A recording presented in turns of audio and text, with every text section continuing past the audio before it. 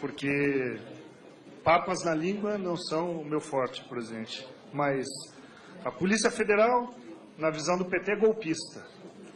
Receita Federal é golpista. Ministério Público Federal, na visão do PT, é golpista. Procurador-Geral da República e o Supremo Tribunal Federal, de acordo com o que decidem, viram golpistas. Justiça Federal, doutor Sérgio Moro, todo mundo é golpista. A OAB, o presidente nacional e aqueles que vieram aqui trazer o pedido, antes eram amigos, depois viraram golpistas. 80% da população brasileira, ou mais, de acordo com a pesquisa, golpista. 6 milhões e meio, 7 milhões de pessoas nas ruas, golpistas. Tribunal de Contas da União, a pedidos aqui, golpista. A mídia, todos os canais de televisão que põem alguma notícia que, não concorda, que o PT não goste, é golpista. Os rádios, os jornais, de acordo com o editorial dos grandes jornais, eles viram amigos eternos ou golpistas. As federações de indústria, de agricultura, sobrou alguém, presidente? Só sobrou o PT. O resto, todo mundo é golpista. Quem está certo? O país está dividido? Não está dividido. O país está demonstrando que não sobrou quase nada, que na visão deles não seja golpista. Eu separei, presidente, talvez de uma forma bem ponderada, algumas coisas que eu acho que são os passos que levaram a esse momento do impeachment. A ascensão do PT ao poder, a decisão de que teria que ter um projeto de poder de dezenas de anos, a criação do Foro de São Paulo, e na criação do Foro de São Paulo, os bastidores intuitivos de que os fins justificavam os meios. Para permanecer no poder poderia se fazer qualquer coisa, desde corrupção, como doutrinação ideológica, como dominação de massas, como dividir o país entre nós e eles, entre negros e brancos, entre heterossexuais e homossexuais, sempre no intuito de dividir para governar. Na nossa visão, o Foro de São Paulo é um dos grandes responsáveis nos bastidores de tudo, pela criação dessa crise que nosso país vive, pois a maioria dos investimentos foram direcionados ideologicamente e partidariamente para Cuba, Venezuela, Equador, Bolívia, países africanos, alguns com ditadores no poder, mas sempre o viés da esquerda ligada ao PT e aos partidos que fazem parte desse pensamento mais estreito de dominação de esquerda. Quase criação de uma ditadura de esquerda à la Chaves, à la Maduro, à la Fidel Castro e tantos outros. O BNDES financiou um porto em Cuba, sendo que aqui os portos que precisam de investimento para exportação, muitos estão à míngua esperando esses investimentos. Investiu em estradas em outros países, financiou obras como usinas em outros países e aqui a conta de luz explodindo.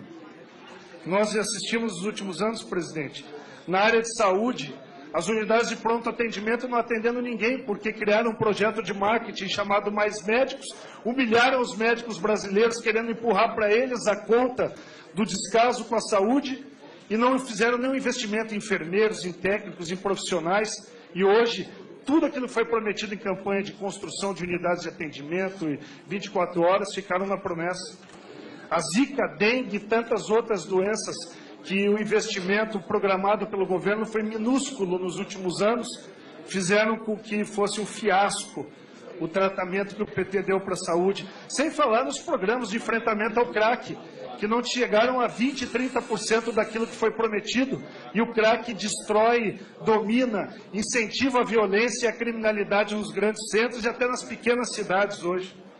Por falar em insegurança, as fronteiras abandonadas, a ideologia política incentivando a relação entre países.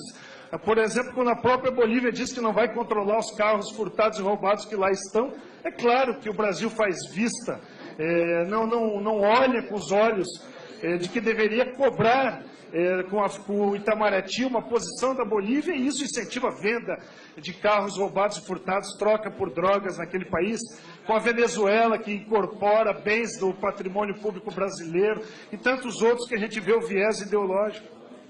E quando a gente vê que tudo isso chega no mensalão, ou seja, comprar deputados e senadores para votarem com o governo, para não fiscalizarem esse governo. Quantos líderes estão presos hoje de partidos políticos que eram deputados que tinham uma liderança importante, e que hoje que foram expostos e que para entrar no jogo do que o fim justifica os meios, estão pagando com mandatos, expondo suas famílias, pagando pena como bandidos hoje. Por quê? Porque tinha um viés ideológico por trás de tudo isso. E o mensalão não serviu para nada como ensinamento, porque veio o Petrolão na sequência. E o Petrolão não deixou de ser uma divisão de cada área de Petrobras que ia ter corrupção, que iam bancar partidos políticos que estavam agregados ao projeto de poder de dominação eterna que a esquerda, liderada pelo PT, queria fazer. Dividiram a Petrobras, fatiaram ela e venderam ela. Falaram tanto contra a privatização da Petrobras, mas eles privatizaram a corrupção dentro da Petrobras.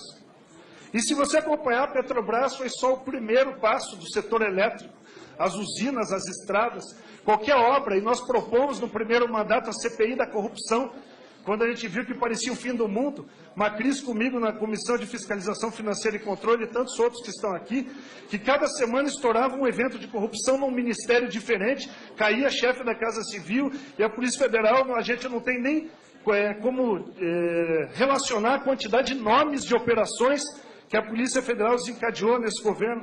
Os fundos de pensão hoje, uma nova operação, a Postales, milhões e milhões de desvio na Postales, bilhões de desvio na Petrobras e o BNDES investindo em outros países. Passadina é um evento que tem que ser registrado. A presidente atual da República era presidente do Conselho de Administração. E a maioria dos membros dela estão presos pela Polícia Federal. Os 4, 5 diretores da Petrobras entregaram, devolveram o dinheiro. Estão presos fazendo delação premiada. Nós temos que enfrentar esses problemas. São crimes de responsabilidade configurados. Sempre que o mérito, deputado Jovair Arantes, sempre que o mérito é indefensável, no caso, crimes consumados de responsabilidade como hoje, ataca-se as formalidades e ataca quem é o autor do relatório ou o presidente da comissão. Antes, amigos e comemorados, deputado Jovair, deputado Rosso, boas pessoas, gente do bem, viraram inimigos da noite para o dia e as hostes dos blogs podres pagos com dinheiro público passam a atacá-los como se virassem inimigos e não prestassem da noite para o dia. Só porque fala a verdade. Porque falam o que desagrada as hostes do partido que domina a esquerda no nosso país.